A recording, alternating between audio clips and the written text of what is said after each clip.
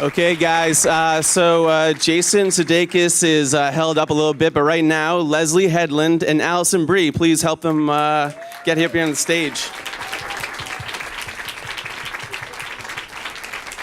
Hi. How's it going, guys? Good.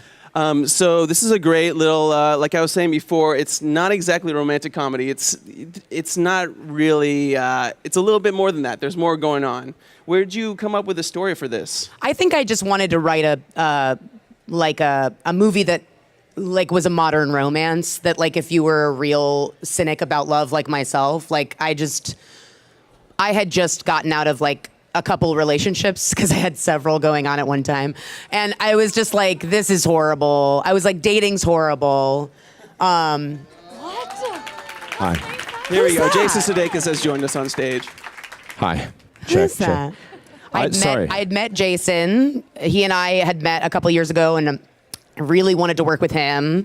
And I'm a big Community fan. That's right. Just real quickly.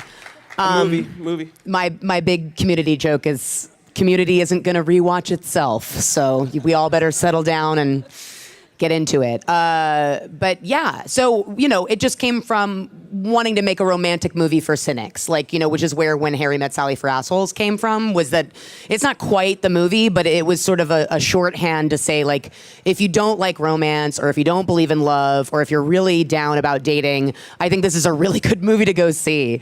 Because I think it'll lift your spirits, and I think it also talks about some things that are sort of, the shitty parts of dating, the realistic parts of dating, so... And I think, Alison, Jason, I think it'd be fair to say you guys have done your share of the romantic comedy genre. And what about the script sort of took you, off? I imagine some of it's off balance a little bit. It's a lot of changes. What'd you guys think when you first read the script? Alison and then Jason, if you could. I would say that first off that I'm sorry. I just loved it. I'm sorry that I was late. I'm sorry I was late. I really, really liked it, responded to it immediately. I know, but I got to get this out of the way. This apology is really important to me. What was the question? No. It was a surprising script to read. There's a lot of twists. Absolutely. You would expect it to end one way, and it really takes you for a loop. I think when this movie is not prefaced by people telling you it's a romantic comedy, you don't just immediately assume that. So when a script is sent to me and Leslie Headland has written it and is going to direct it, I know it's going to be awesome. And then I start reading it, and it does take all these twists and turns, and the characters are incredible, and their relationships are interesting and are constantly changing. And that I find really interesting. And I'm not how interesting for a rom-com. I'm just what an interesting script, what an interesting movie this could be if I were in it.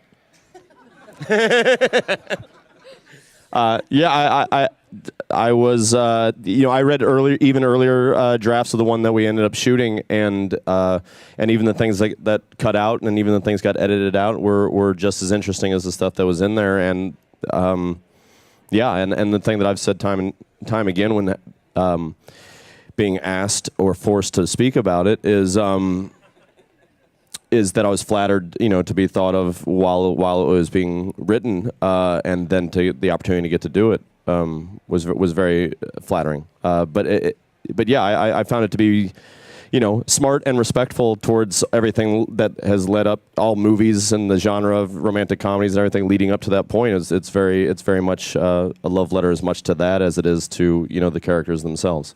Yeah, and speaking of love letters, it takes place here in New York. Oh, yeah. It's a New York movie. Woo. We shot it here. Awesome. In a very short amount of time. Yep. And you probably recognize some places that you've been before. Right, yeah. So talk to us a little bit about filming here in New York and how you found the locations for the movie, if it was... Well, I love big New York movies, like old school Woody Allen, or, Woody Allen, or,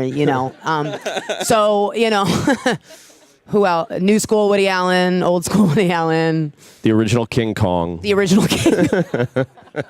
It's just like that. Gangs of New York. Just, classic New York. I Am Legend. Vanilla Sky. All the biggies. Your classic NYC. Oh, just post-apocalyptic. Hey, there's So that was what we weeds. were really inspired by. Was sort of the post-apocalyptic New York City, and no, but we did want to sort of showcase New York and all aspects of it. And I think that not a lot of indie films can afford to do that, and so we had to get very creative. And we did Upper West Side, we did Chinatown, we did great. You saw some of the downtown skyline there. We just hopped on a boat. Literally got on a Guerrilla boat. style. And it Yeah. was like the cheapest way of doing it. It was just like, can we get on a boat? Like, they can't charge us if we get on a boat. And they were like, no. And I was like, great, let's get on a boat. We'll re-record all the lines later. We'll ADR it all later. You guys were like Get on the boat, like, this is dialogue. never gonna work. We're all gonna be in a booth. Loud ass boat. The motor alone of the boat was like, this is what? It's a visual medium. That's what we just kept telling ourselves. Birthday party. And so, what do you guys think about filming here in New York? How did you guys like filming here in New York? And how many days was it filmed in again? 25. Wow, that's very impressive. But how was it filming in New York, guys? It was great because it's home for me. I imagine it's great because it's a wonderful place to visit. Don't want to put words in your mouth. Keep going for Okay. me. Here, wait. But be me answering the question. I've grew up in LA. Go from there. It's the first movie I shot in New York. Go from there. Oh wow! It's the first movie you shot there, and and it was great. The shopping, and per diem, to use for the shopping. And there's one Chinese restaurant that they keep on going back to that seems to be Oh, their yeah. spot. And where was that? Where did you guys film I think that? it was actually called Big Wong's. It was in Chinatown. Wasn't it called? Was that what it was called? It's in Chinatown. I mean, it's literally on Mott Street or something. That's Chinatown. awesome. But it was something. It was something. It was either like. It was something that as we were walking in, I was like, "Don't shoot the outside of this."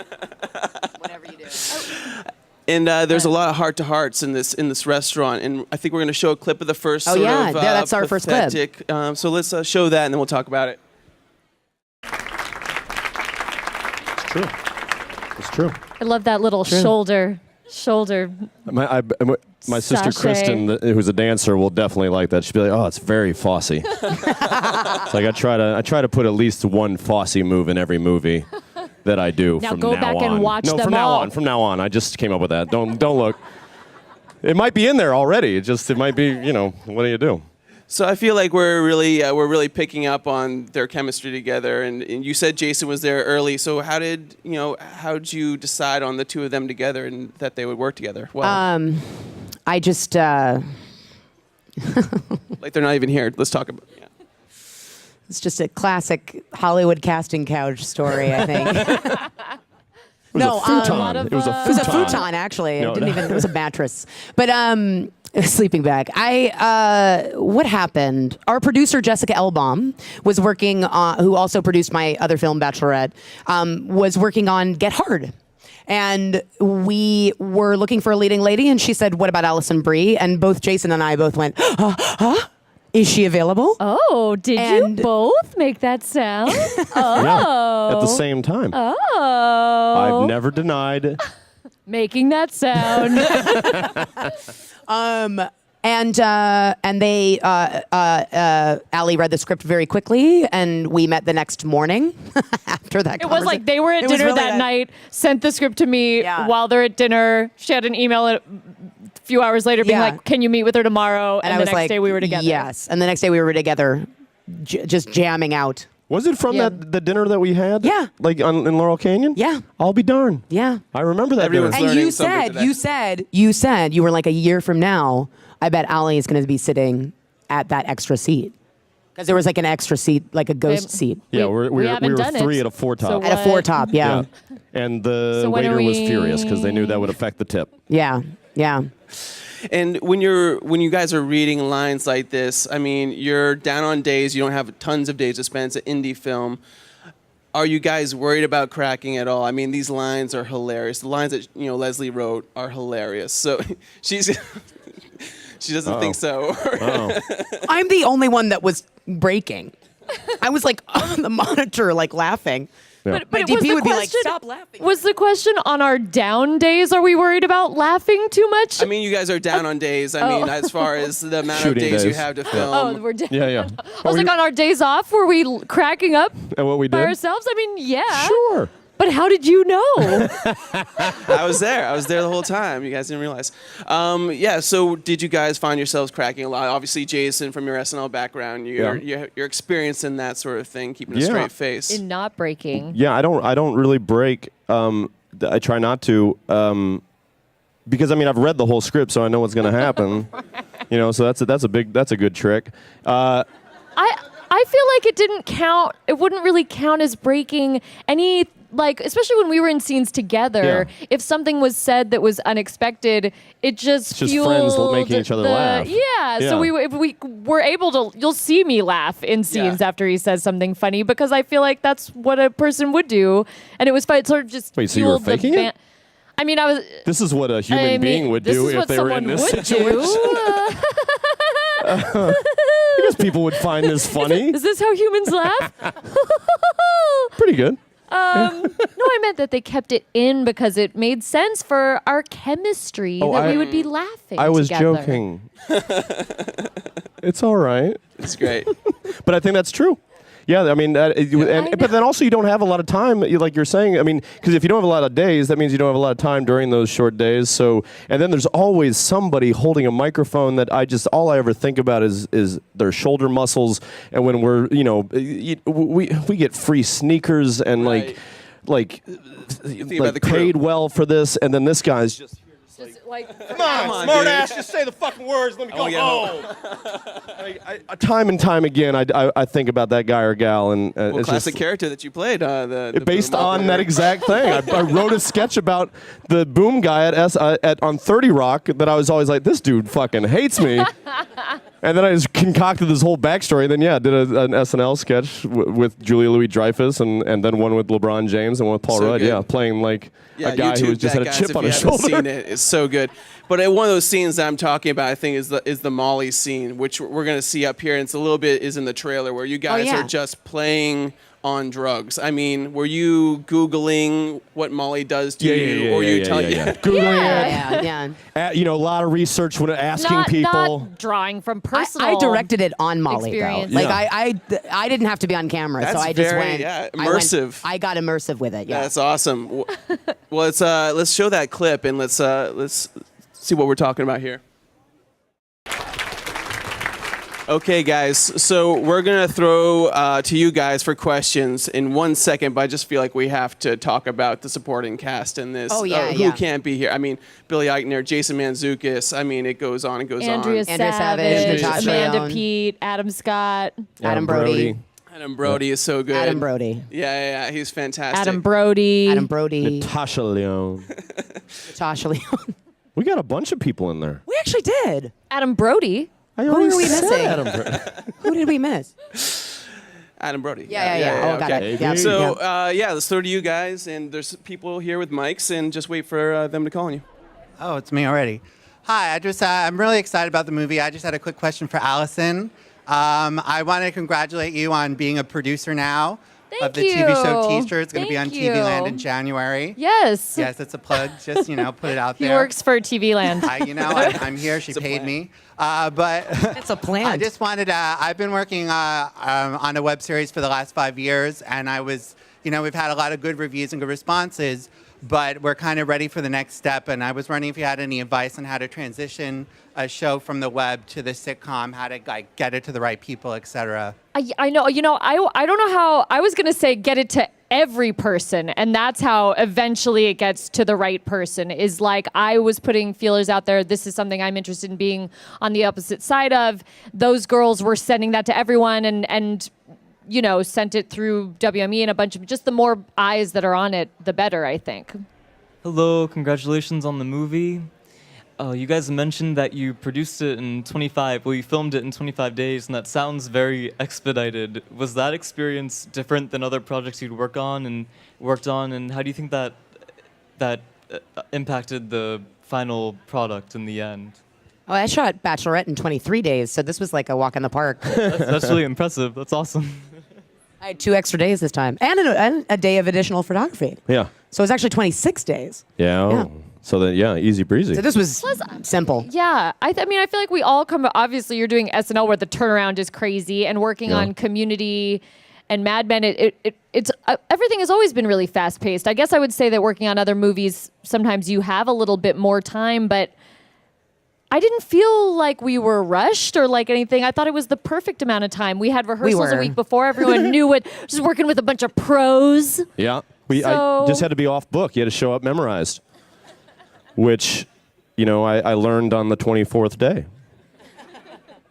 But yeah, that helps.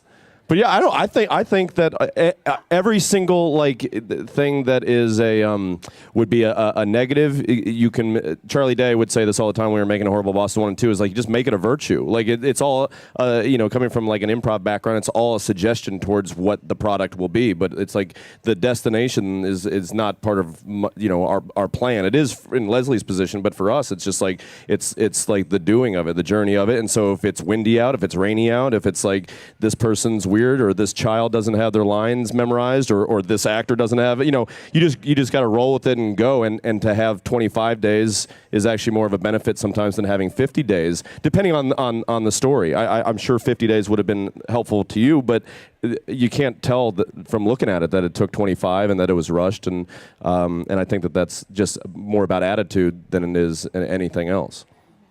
I totally agree with everything Jason said. Me For too. once. I love him. Yeah. Hey. Hello. Hi. My name is Rance. Hi. I love your work. I love Horrible Bosses and Horrible Bosses too. Thank you. As I am an actor, and I'm trying to kind of break in and do things that aren't necessarily the dwarf and the leprechaun type stuff. And I was just wondering if you had any Same. tips. Yeah. I was wondering if you had any tips based on your experiences, not trying to do those roles, Right. as a unique character who's kind of just trying to break into the industry and show people that, hey, I'm a talented guy, and I'd like to really act and show my chops. Yeah. Do you write? Do you write it all? Yeah, work on my own videos. Yeah. Doing that. I mean, at the end of the day, like I think any of us have felt the idea of being pigeonholed based on, and that's a lot of times based on other people's lack of imagination. Usually not our own. I don't mean to speak for you guys, but like whether it being like a straight white dude or like pretty white gal or like or Alison, like it's like the three of us all have sort of our things. Yeah.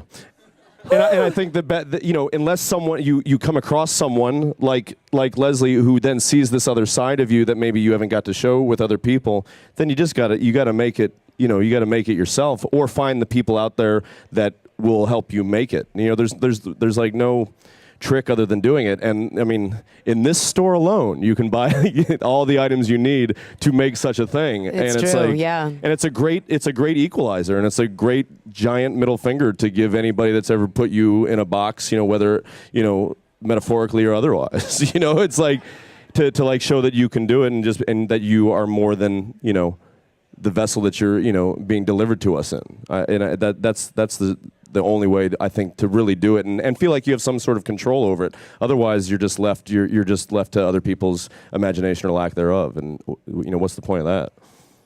Yeah. Yeah, no problem, man. Best of luck. Hello, thank you for coming out tonight. I have just a general question with filmmaking, I guess this particular film as well. What are some of the things you've learned along the way in terms of that you weren't anticipating for some obstacles for this film?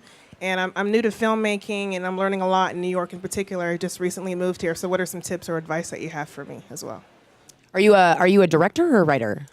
A writer, and I'm kind of learning about all the different facets of making a movie, but definitely writer first and foremost. Yeah. Nice. Yeah, I think that definitely something that I like to say to, especially women who are interested in filmmaking, is just say yes when you get the opportunity to do something.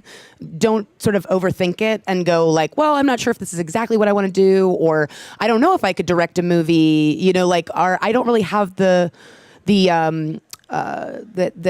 I don't really have the experience to do this, or I'm not sure I'm talented enough, or I'm not sure it's ready. Like just do everything before you're ready to do it. Like say yes and do everything before you're ready to do it. And somebody told me that, and I really, certainly through my 20s, really carried that with me as probably the best piece of advice I got as a writer, and now eventually a director, is just don't wait till you're ready. Just go and do it. So. This question's for Jason. You mentioned that the film was shot in New York City. Can you talk a little bit about the concept of giving back to a place that helped you grow, and what that means to you to come back and actually film in a place and tell everyone else how great of the city this is? Oh, I don't know if I can speak. I mean, there are people a lot smarter and more successful than myself that I think prove that time again. I mean, hell, I was really, really,